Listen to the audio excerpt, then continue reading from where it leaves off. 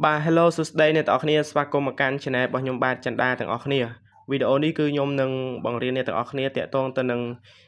ពីរបៀបដាក់សំឡេង record មានន័យថាយើងបញ្ចូលសំឡេងរបស់យើងណាអញ្ចឹងដើម្បី record សំឡេងរបស់យើងគឺយើងត្រូវធ្វើម៉េចអញ្ចឹងយើងមានវីដេអូនៅក្នុងខាញ់ master clip ខ្លីៗមកហើយយើងកាត់តហើយអញ្ចឹងយើងចង់កាត់សំឡេងរបស់យើងបញ្ចូលបន្ថែមឧទាហរណ៍ថាវីដេអូរបស់យើងកន្លែងណាមួយដែលត្រូវអត់សូវមានសំឡេងច្បាស់យើងចង់លុបសំឡេងវីដេអូស៊ីនចោលយើងចង់បញ្ចូលសំឡេងរបស់យើងបន្ថែមនៅពេលដែលយើង edit អូខេយើងអាចបញ្ចូលបានអញ្ចឹងយើងត្រូវបើកខាញ់ master របស់យើងឲ្យហើយសិនមកហើយយើងមកមើលកន្លែងនេះគេដាក់ថាកន្លែងនេះគេដាក់ថា REC ហ្នឹងមានន័យថាពាក្យ record ណាអញ្ចឹងឧទាហរណ៍ថាខ្ញុំចង់ record ថងចំណុចណាអ្នកទាំងអស់គ្នាសេរីឲ្យចំអាបតតក្រហមហ្នឹងនេះបតតក្រហមហ្នឹងឲ្យចំថងចំណុចហ្នឹងទៅគឺអូខេហើយអញ្ចឹងឧទាហរណ៍ថាខ្ញុំចង់ record ចាប់ពីត្រឹមនេះទៅអញ្ចឹងខ្ញុំចុចពាក្យថា REC ហ្នឹងមកបន្ទាប់ពីត្រង់ចំណុចហ្នឹងអ្នកទាំងអស់គ្នាអាច record បានហើយអ្នកទាំងអស់គ្នានឹងឃើញមានសញ្ញាឡើងចុះនៃ log សំឡេងរបស់យើងហ្នឹងណាយើងអាចចុច start ទៅគឺយើងនឹង record បានហើយអញ្ចឹងចាំខ្ញុំនឹងចុច start ហើយខ្ញុំនឹង record ប្រាប់អ្នកទាំងអស់គ្នាអូខេអញ្ចឹងកន្លែងនេះគឺខ្ញុំចុចrecord ប៉ុន្តែនៅពេលដែលខ្ញុំ record យើងអាចចុច stop ទៅគឺបានហើយអញ្ចឹងយើងចង់ស្ដាប់សលេងយើងវិញចង់ស្ដាប់សលេងដែលយើងបញ្ចូលមិញណាចាំមើលមិញណាអញ្ចឹងយើងតោងវាមកដើមមកហើយយើងចុច play មកនេះ play មក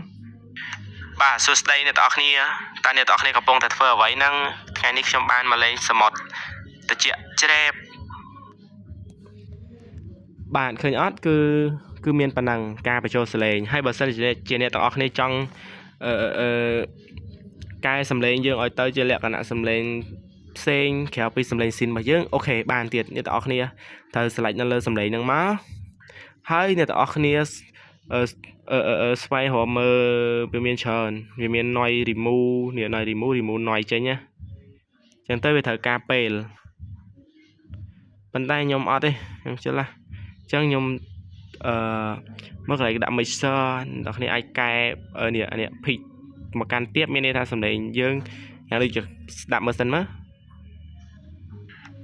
សួស្តីអ្នកទាំងអស់គ្នាតើអ្នកទាំងសំឡេងយើងយ៉ាងធំអញ្ចឹងណាបើយើងដាក់ឲ្យរាងខ្ពស់សលេងយើងប្រហែលជាទៅជាខាងក្មេងតូចជួក្មេងតូច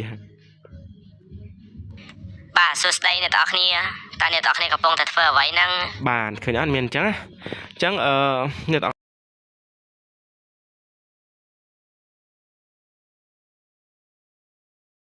មើលជប់មានអីទៀតអត់កន្លែងនេះកន្លែង reverb